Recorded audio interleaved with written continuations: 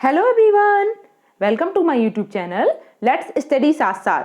तो जैसा कि आपको पता है, इस चैनल पर अभी विलियम वर्ड्सवर्थ के क्वेश्चंस की सीरीज चल रही है। इसी सीरीज में आज की हमारी वीडियो है।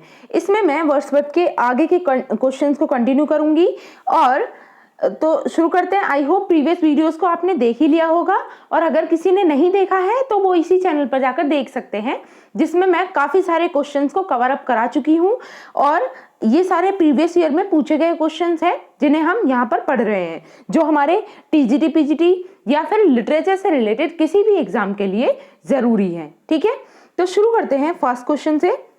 First question is, just a minute, yes, Wordsworth uttered nothing base. Who said? किसने वर्ड्सवर्थ के बारे में ये स्टेटमेंट दी है कि Wordsworth uttered nothing base? Options are Tennyson, Arnold, Browning, none of these. क्या होगा इसका राइट आंसर?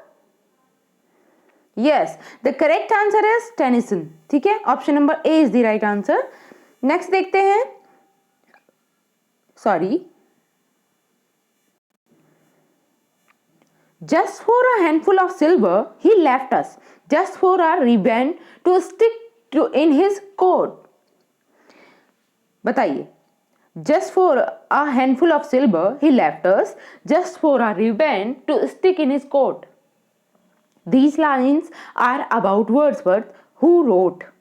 ये लाइन्स वर्ड्सवर्थ के विषय में है, लेकिन किसने लिखी हैं?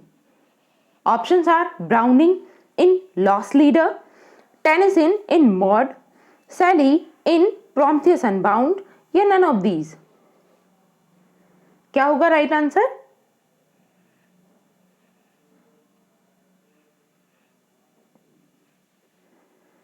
Yes, the correct answer is Browning.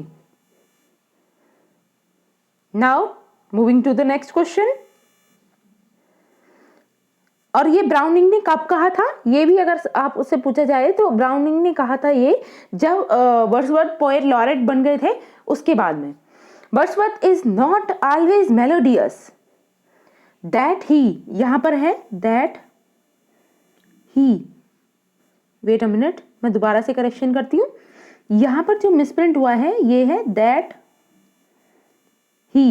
Okay, Wordsworth is not always melodious, that he is seldom graceful and only occasionally inspired. Who said? ये कमेंट किसने किया है वर्ड्सवर्थ के बारे में? ऑप्शंस है William J long, Kempton रिकेट, Samson, none of these. Who is the speaker? Yes, the speaker is William J. Long. और साथ ही साथ आपको भी अपना इवैल्यूएशन करते हुए चलना है। और ये कुछ क्वेश्चंस ऐसे भी हैं जो मैं प्रीवियस सीरीज में भी करा चुकी हूँ। एक दो क्वेश्चन वो भी इस पीडीएफ में मिक्स हो गए हैं, तो प्लीज आप ये ना समझे कि मैं टोटल वही क्वेश्चन रिपीट कर रही हूँ। ठीक है, दो चार क्वेश्चन ऐसे हैं जो वही जो स्टेटमेंट्स होती हैं वो तो आपकी कॉमन ही होंगी ना, तो वो वापस से इसी पीडीएफ में भी आ गई हैं कुछ मिक्स होकर। ठीक है, अभी देख लेते हैं। He is the greatest poet of nature that our literature has produced, this is the remark of Long about. ये रिमार्क WJ लॉन्ग का है, और ये किसके बारे में है? Options are William Wordsworth, Shelley, Arnold, none of these. तो जैसा कि अभी वर्ड्सवर्थ की सीरीज चल रही है तो अभी तो आप आसानी से आंसर कर दोगे, लेकिन आपको स्टेटमेंट को भी ध्यान में रखना है। प्लस ये ध्यान में रखना है कि ये स्टेटमेंट एग्जैक्टली किसकी है और किसके लिए दी गई है। ठीक है, स्टेटमेंट दोबारा रीड आउट करते हैं। He is the greatest poet of nature, तो आप पोएट ऑफ नेचर से ही समझ जाओगे कि किसके बारे में बात हो रही है, विलियम वर्ड्सवर्थ के। कहने वाला कौन है ये भी ध्यान रखना है, WJ लॉन्ग। ओके, नेक्स्ट देख लेते हैं। वेयर वर द लिरिकल बैलाड्स, ये थोड़ा मिसप्रिंट हो गया, इसे देख लेते हैं। अप्रिसिएटेड, ठीक है, appreciated, CIATED। Okay, where was the Lyrical Ballad appreciated more than in England? ऐसा कौन सा प्लेस है या कौन सी जगह है जहां पर इंग्लैंड से भी ज्यादा लिरिकल बैलाड को अप्रिसिएट किया गया? Options are America, England, India, या फिर नाउ हियर। तो देखिए, इंग्लैंड तो हो नहीं सकता क्योंकि इंग्लैंड से ज्यादा अप्रिशिएट करने की बात हो रही है। ठीक है, नाउ वेयर भी कोई सूटेबल आंसर नहीं है। अब इन दोनों में से ऑप्शन में से चूज करना है कि क्या होगा, अमेरिका या फिर इंडिया। तो राइट आंसर क्या हो जाएगा, America. Option number A is the correct answer. Next, who is absolutely without humour according to Long. तो डब्ल्यू.जे. लॉन्ग के अकॉर्डिंग एब्सोल्युटली विदाउट ह्यूमर कौन है? ऑप्शंस आर शैली, सदे, कीट्स, वर्ड्सवर्थ। तो देखिए, वर्ड्सवर्थ के विषय में डब्ल्यू.जे. लॉन्ग ने भी काफी सारे कमेंट्स किए हैं, तो सभी को आपको ध्यान में रखना है। तो ये भी बात किसके लिए है, वर्ड्सवर्थ के लिए। Next, Wordsworth gives you the bird and the flowers, the wind and the tree, the leaves just as they are, and is content to let them speak their own message. Who expressed this opinion about Wordsworth? Options are Rickett, Sampson, Sainsbury, Long. What is the correct answer? सोचिए और answer कीजिए। Wordsworth के बारे में ये opinion किसने दिया है? Wordsworth gives you the bird, the flowers, the wind and the tree and the leaves just as they are, and is content to let them speak their own message. तो this statement is also from W J. Long. Next, who according to Long has not only sight but insight. किसके अकॉर्डिंग? Wordsworth में, या फिर who according to Long, Long के according कौन है जिसके पास has not only sight but insight? तो क्या हो जाएगा इसका सीधे सीधे आंसर क्या है, विलियम वर्ड्सवर्थ। लेकिन इस स्टेटमेंट को ध्यान में रखना है क्योंकि ये भी बार बार रिपीट होती है। नेक्स्ट देखते हैं, who suggest a return to natural, sorry ये फिर से मिसप्रिंट है, who suggest a return to natural and simple. यहां पर कर लेते हैं and simple, living as the only remedy for human wretchedness. कौन सजेस्ट करता है ये? Yes, options are Shelley, Keats, Tennyson, Wordsworth. तो करेक्ट आंसर है विलियम वर्ड्सवर्थ का। नेक्स्ट देख लेते हैं, which is Wordsworth first volume of Prelude. Options में है ये, देखिए यहां पर है फर्स्ट वॉल्यूम ऑफ पोएट्री। तो वर्ड्सवर्थ का फर्स्ट वॉल्यूम ऑफ पोएट्री क्या था? फर्स्ट ऑप्शन है प्रिल्यूड, नेक्स्ट ऑप्शन है Tintern Abbey and Evening Walk and Descriptive Sketches, none of these. तो बेसिकली आपके पास तीन ही ऑप्शन बचते हैं, एक है Prelude, Tintern Abbey and Evening Walk and Descriptive Sketches. क्या होगा right answer? Yes, Wordsworth first volume of poetry क्या था? तो राइट आंसर है इसका option C, an Evening Walk and Descriptive Sketches. ठीक है, नेक्स्ट देख लेते हैं, Coleridge was Wordsworth friend and he died. He died, बताइए। कॉलेज जो थे वो वर्ड्सवर्थ के फ्रेंड थे और उनकी मृत्यु कब हुई थी? 1834, 1835, 1836 या 1839? क्या होगा इसका right answer? Yes, college was Wordsworth friend, he died in 1834। ये भी ध्यान रखना है। वेट अ मिनट, अच्छा यहां पर सर्कल का ऑप्शन हो गया, सॉरी फॉर दैट। यस, अभी सही है, ठीक है 1834। और वर्ड्सवर्थ कब एक्सपायर हुए थे? तो उनकी जो डेट ऑफ डेथ है वो है 1850। ठीक है, नेक्स्ट, और आपको बताना है कि वर्ड्सवर्थ के बाद में पोएट लॉरेट कौन बने थे।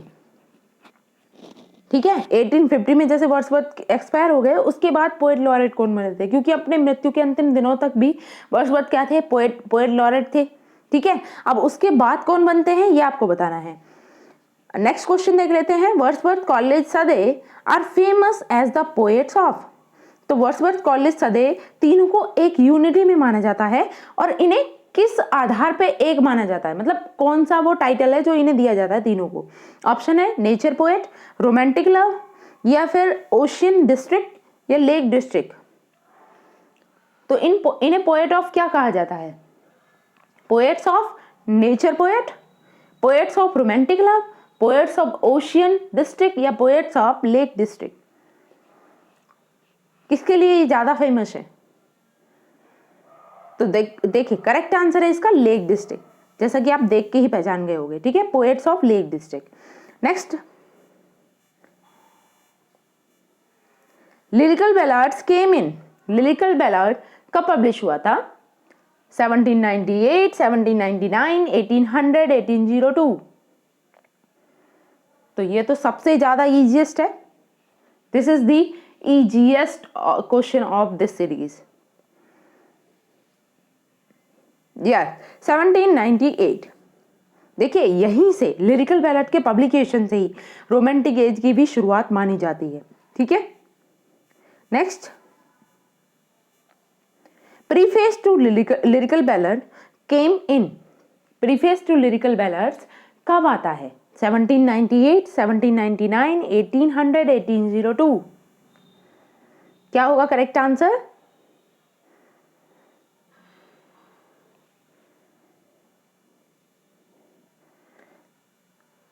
देखिए वैसे तो ये पब्लिश जो होता है वो 1801 में होता है, प्रीफेस टू लिरिकल बैलेट, लेकिन often refer to as the 1800 addition.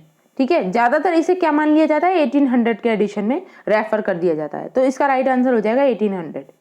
Next, देखिए इसमें दिया भी हुआ है description, it was published in January 1801 but often referred as the 1800 edition. Okay, next देख लेते हैं। In the preface to Lyrical Ballad Wordsworth examine a sonnet of Gray, which one? बताइए, प्रीफेस टू लिरिकल बैलेट में Wordsworth ने Thomas Gray के एक sonnet को examine किया है। उस सोनेट का नेम क्या था? ऑप्शन है on the death of Richard best, on the death of master grey, on the death of elegy writer, on the death of Richard east. What is the correct answer?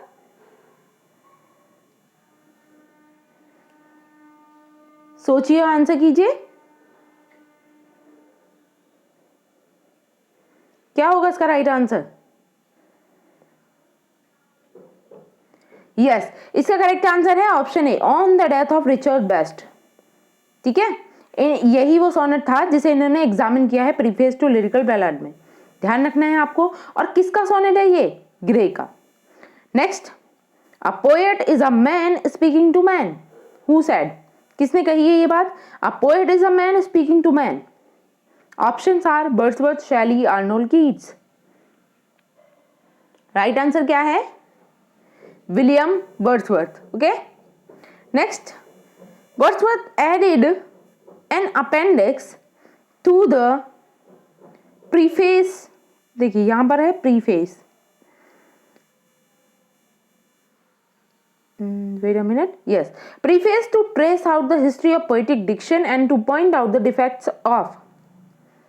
किस चीज के defects को point out करने के लिए preface में appendix जोड़ा था? ऑप्शन है the new classical poetic diction, the classical poetic diction, the Renaissance poetic diction, या फिर none of these. What is the correct answer? सोचिए, आंसर कीजिए।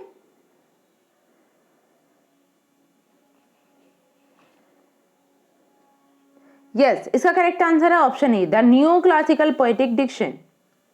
Next, Wordsworth lived for 50 years among the options are the Cumberland Dalesmen, Alfoxden Blazers, Hawkshead Countrymen, French Revolutionist। क्या होगा इसका right answer? Wordsworth lived for 50 years among the, लगभग 50 सालों तक कहां पर रहे थे?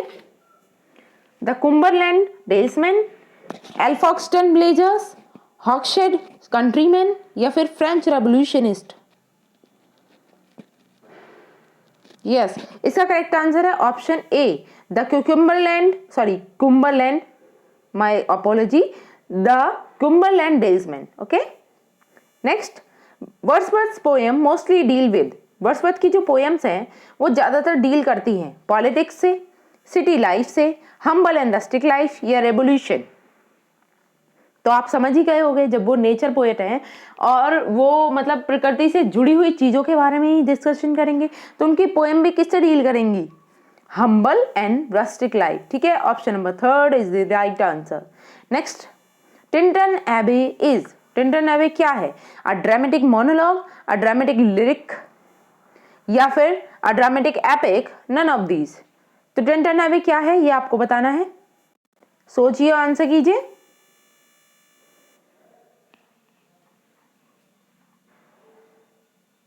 क्या होगा इसका राइट आंसर? यस, टिंटन एबे वैसे तो एक ड्रामेटिक लिरिक है, ठीक है। अगर इसमें आपसे क्वेश्चन पूछ लिया जाए तो इसमें हम राइट आंसर लगाएंगे ड्रामेटिक लिरिक। लेकिन सम राइटर्स, जैसे कि इसके डिस्क्रिप्शन में भी कहा गया है, some scholars consider that Tintern Abbey has some element of ode, कि टिंटन एबे में कुछ एलिमेंट ओड के भी मिलते हैं, and of the dramatic monologue, और कुछ ड्रामेटिक मोनोलॉग की। ठीक है, लेकिन हम इसे क्या कहेंगे? Dramatic lyric. Next, William Wordsworth was in 1791 in France, where he was witness to the middle stages of the French poetic practices, the French drama, the French culture and art, French Revolution. क्या होगा इसका right answer? बताइए। Wordsworth was in 1791 in France, where he was witness the middle stages of, किसके witness बने थे? French revolution के। Okay, option number D is the right answer. Next, Herbert Read, Coleridge, Hazlitt, De Quincey, Matthew Arnold, T S. Eliot, Harold Bloom are a few names none as criticism on Shelley, Shakespeare, Wordsworth, none of these. किस पर इन्होंने ज्यादा criticism किया है ये बताना है। इतने सारे राइटर्स ने, क्या क्या नाम है? Herbert Read, Coleridge, Hazlitt, De Quincey, Matthew Arnold, T S. Eliot, Harold Bloom. तो किसके विषय में किए हैं criticism? Yes, William Wordsworth, obvious ही बात है। Next, a pagan is, options are an ancient pre-Christian Greek who does not believe in several gods and goddesses, an ancient pre-Christian Greek who believes in one god and one goddesses, an ancient pre-Christian Egyptian who believes in several gods and goddesses, an ancient pre-Christian Greek who believes in several gods and goddesses. What is the correct answer? Pagan कौन है?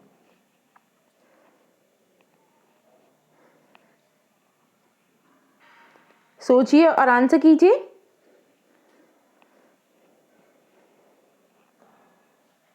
क्या होगा इसका right answer? देखिए, pagan is an ancient pre Christian Greek, ध्यान रखना है ये प्री क्रिश्चियन ग्रीक है, who believes in several gods and goddesses. ठीक है, option number D is the correct answer. Next, he is a sea god, he can change his shape. देखिए यहां पर है shape, he is a sea god, he can change his shape at will, मतलब अपनी इच्छा के अनुसार। Shape यहाँ पर at भी है, उसके बाद shape at will। he is, उसका नाम क्या है? Proteus, Triton, both are correct या बोथ आर इनकरेक्ट? यहाँ पर है बोथ आर रॉन्ग। बताइए क्या होगा right answer? Proteus, Triton, both are correct या बोथ आर रॉन्ग? तो मैंने इससे पहले भी चर्चा की थी एक क्वेश्चन की, जिसमें हमने दो ग्रीक गॉड के बारे में बात की थी। एक का नाम था प्रोटियस और दूसरा था ट्राइटन। ठीक है, और ये दोनों कहाँ देखने को मिलते हैं हमें? वर्ड्सवर्थ की एक बहुत ही फेमस पोएम है, उसमें हमें देखने को मिलते हैं। पोएम का नाम है the world is too much with us. Okay, तो यहाँ पे जो राइट आंसर हो जाएगा वो हो जाएगा प्रोटियस। प्रोटियस ही एक ऐसा ग्रीक गॉड था जो अपनी इच्छा के अनुसार अपनी शेप बदल सकते हैं। नेक्स्ट देखते हैं, he is a sea deity. देखिए ये नेक्स्ट ग्रीक गॉड के बारे में बात हो रही है। He is a sea deity who has the power to soothe, SOOTHE, power to soothe the restless waves of sea by blowing conch shell। इसमें कहा गया है कि एक सी गॉड ऐसे थे, सी ग्रीक गॉड बोल लीजिए, जिनमें पावर थी कि वो समुद्र की जो तेज लहरें हैं उन्हें भी शांत कर सकते थे। सूद का मतलब शांत कर सकते थे। कैसे? बाय ब्लोइंग कॉन्च शेल, शंख बजाकर। ठीक है, तो ही इज, वो कौन थे? Triton, Proteus, both are correct, both are wrong. यहाँ पर फिर से जो मिसप्रिंट हुआ है वो है रॉन्ग। ठीक है, तो जैसा कि हम पहले डिस्कशन कर चुके हैं, जो अपने की इच्छा के अनुसार भेष बदल रहे थे वो कौन थे? प्रोटियस। और अभी जो समुद्र की लहरों को शांत कर दें वो कौन है? ट्राइटन। ठीक है, option number A is the right answer. Next, poetry is the spontaneous overflow of powerful feeling. यहाँ पर है पावरफुल। ठीक है, ये बहुत ही फेमस स्टेटमेंट है और अक्सर सुनी होगी आपने। Poetry is the spontaneous overflow of powerful feeling, it takes it origin from emotions recollected in tranquility. Whose definition of poetry is this? Most important and most easy question. क्या है? William Wordsworth की statement है। Okay, ध्यान रखनी है, बहुत ही important statement थी। Next है, it is a record of lyric discontinuity and doubt in search of the continuous and encyclopedic in human experience. This is what William Cressidi writes about. Tintin Abbey, The World is Too Much with Us, Solitary Reaper या फिर Daffodil, किसके विषय में लिखा है? सोचिए और answer कीजिए। क्या होगा इसका राइट आंसर? यस, इसका करेक्ट आंसर क्या है? टिंटन एबे। ठीक है, option number A is the correct answer. Next देख लेते हैं, the world is too much with us is the world is too much with अस, ये क्या है? शेक्सपियरियन सोनेट, स्पेंसर इन स्टेंजा, पेट्रार्कन सोनेट या हीरोइक कपलेट? बताइए क्या जॉनर है इसका? The world is too much with अस किस फॉर्म में लिखी गई है? यस, इसका राइट आंसर है पेट्रार्कन सोनेट। ठीक है, option number C is the right answer. Next देख लेते हैं, what is the significance of 1789 in the history. यहां पर जो मिसप्रिंट हुआ वो है history of, in the history of the world. What is the significance of 1789? 1789 का क्या सिग्निफिकेंस है हिस्ट्री ऑफ द वर्ल्ड, संसार की हिस्ट्री में? ऑप्शन है, French revolution based on liberty, equality and fraternity. Next है, industrial revolution based on liberty, equality and fraternity, Russian revolution based on liberty, equality and fraternity, या फिर American revolution based on liberty, equality, fraternity. किसके revolution पे based है ये year 1789? तो अब तक तो आप समझ ही गए होंगे किसके रेवोल्यूशन पर है। जैसा कि अभी थोड़ी देर पहले हमने देखा था, वर्ड्सवर्थ से रिलेट कौन सा रेवोल्यूशन कर रहा था? French revolution. तो option A is the right answer, French revolution based on liberty, equality, fraternity. Okay, next देख लेते हैं। Next is the complete title of Tintern Abbey is. अब टिंटन एबे का कंप्लीट टाइटल बताना है। क्या है? Lines composed a few miles above Tintern Abbey on revisiting the banks of the Wey during a tour July 13, 1798. Next है, lines composed a few miles upon Tintern Abbey on visiting the banks of the Wey during a tour July 13, 1798. क्या होगा इसका correct answer? आप सारे options को खुद read out कर सकते हो और देख सकते हो। ठीक है, ऑप्शन सी है Lines composed a few miles on Tintern in revisiting the banks of the way during a tour, July 13, 1798. And last option is lines composed a few miles above Tintern on visiting the banks of the way during a tour, July 13, 1798. तो mostly सारे common से ही दिए हैं, थोड़ा थोड़ा अंतर है, आपको उस डिफरेंस को देखना है और करेक्ट आंसर तक पहुंचना है। सोचिए, आंसर कीजिए।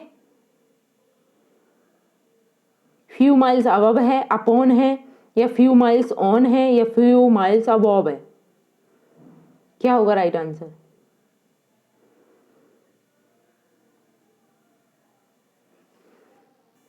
और रिविजिटिंग है या विजिटिंग है, ये भी देखना है।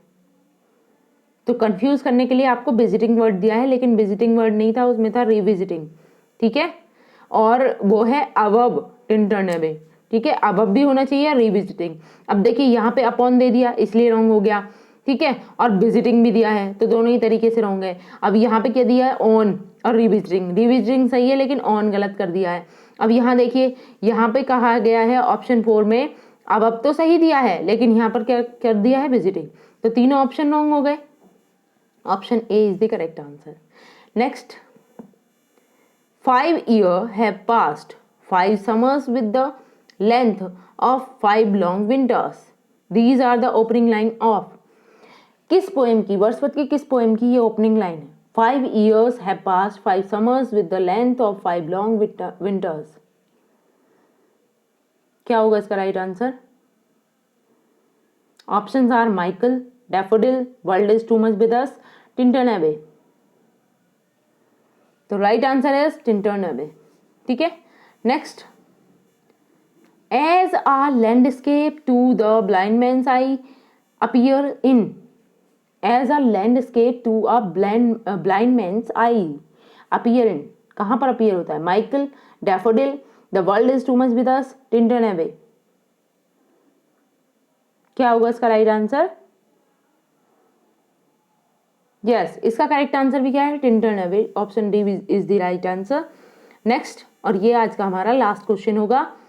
क्वेश्चन है, felt in the blood and felt along the heart and passing even into my dash mind with ट्रिंकल restoration. तो ब्लैंक में क्या आना चाहिए? Purer, silence, peaceful, tensed. सोचिए और लाइन को मैच कीजिए, क्या वर्ड आ सकता है यहाँ? Felt in the blood and felt along the heart and passing even into my dash mind. तो माय प्योरर माइंड, ठीक है, option number A is the right answer, purer आना चाहिए यहाँ पे। तो ठीक है, फिर आज के लिए हम इतना ही रखेंगे।